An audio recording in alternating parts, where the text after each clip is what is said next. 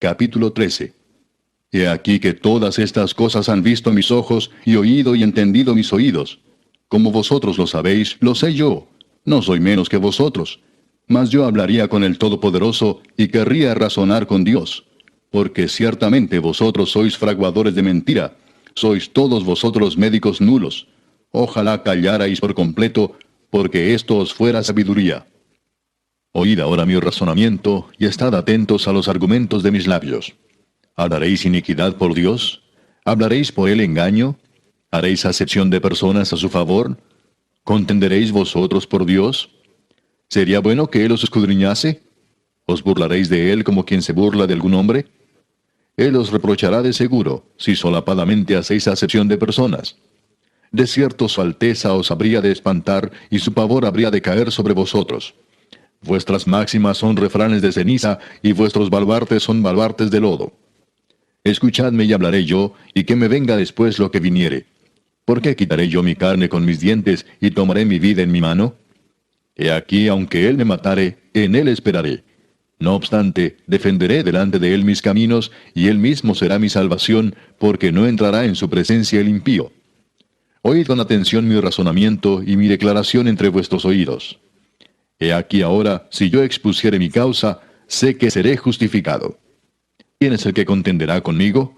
Porque si ahora yo callara, moriría. A lo menos dos cosas no hagas conmigo. Entonces no me esconderé de tu rostro. Aparta de mí tu mano, y no me asombre tu terror. Llama luego, y yo responderé, o yo hablaré, y respóndeme tú. ¿Cuántas iniquidades y pecados tengo yo? Hazme entender mi transgresión y mi pecado. ¿Por qué escondes tu rostro y me cuentas por tu enemigo? ¿A la hoja arrebatada has de quebrantar, y a una paja seca has de perseguir? ¿Por qué escribes contra mí amarguras, y me haces cargo de los pecados de mi juventud? Pones además mis pies en el cepo, y observas todos mis caminos, trazando un límite para las plantas de mis pies. Y mi cuerpo se va gastando como de carcoma, como vestido que roe la polilla. Capítulo 42. Me trajo luego al atrio exterior, hacia el norte, y me llevó a la cámara que estaba delante del espacio abierto que quedaba enfrente del edificio, hacia el norte. Por delante de la puerta del norte su longitud era de 100 codos, y el ancho de 50 codos. Frente a los 20 codos que había en el atrio interior, y enfrente del enlosado que había en el atrio exterior, estaban las cámaras, las unas enfrente de las otras en 3 pisos. Y delante de las cámaras había un corredor de 10 codos de ancho hacia adentro, con una vía de 1 codo, y sus puertas daban al norte. Y las cámaras más altas eran más estrechas, porque las galerías quitaban de ellas más que de las bajas y de las de en medio del edificio, porque estaban en 3 pisos y no tenían columnas como las columnas de los atrios, por tanto eran más estrechas que las de abajo y las de en medio desde el suelo. Y el muro que estaba afuera enfrente de las cámaras, hacia el atrio exterior delante de las cámaras, tenía 50 codos de largo, porque la longitud de las cámaras del atrio de afuera era de 50 codos, y delante de la fachada del templo había 100 codos. Y debajo de las cámaras estaba la entrada al lado oriental para entrar en él desde el atrio exterior. A lo largo del muro del atrio, hacia el oriente, enfrente del espacio abierto y delante del edificio, había cámaras. Y el corredor que había delante de ellas era semejante al de las cámaras que estaban hacia el norte.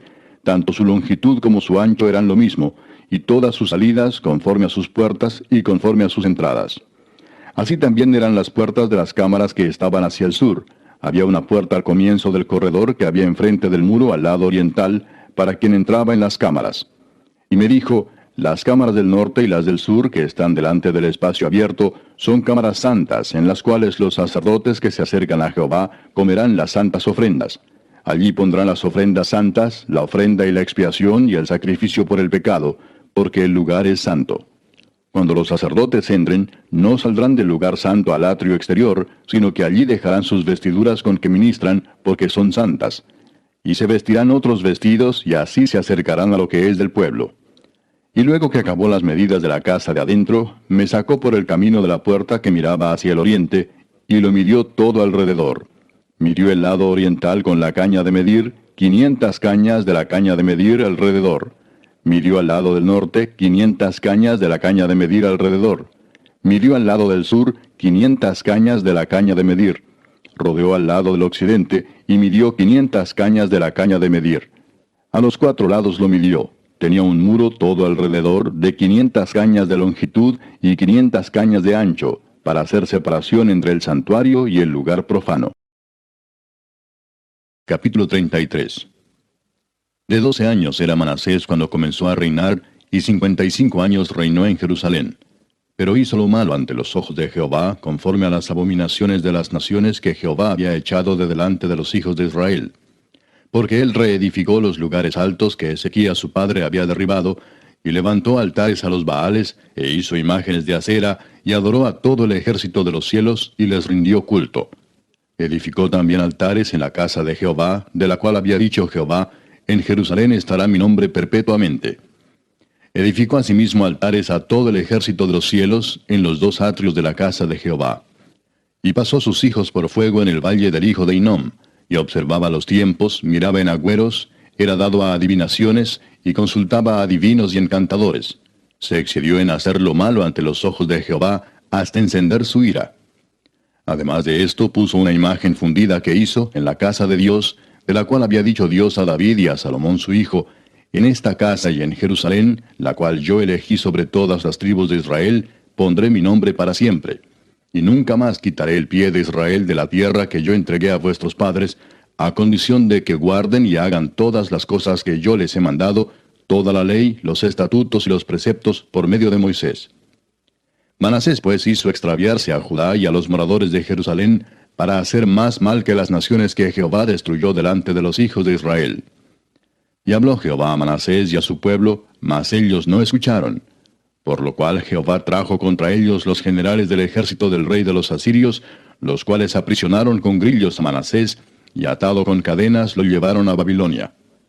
Mas luego que fue puesto en angustias, oró a Jehová su Dios, humillado grandemente en la presencia del Dios de sus padres.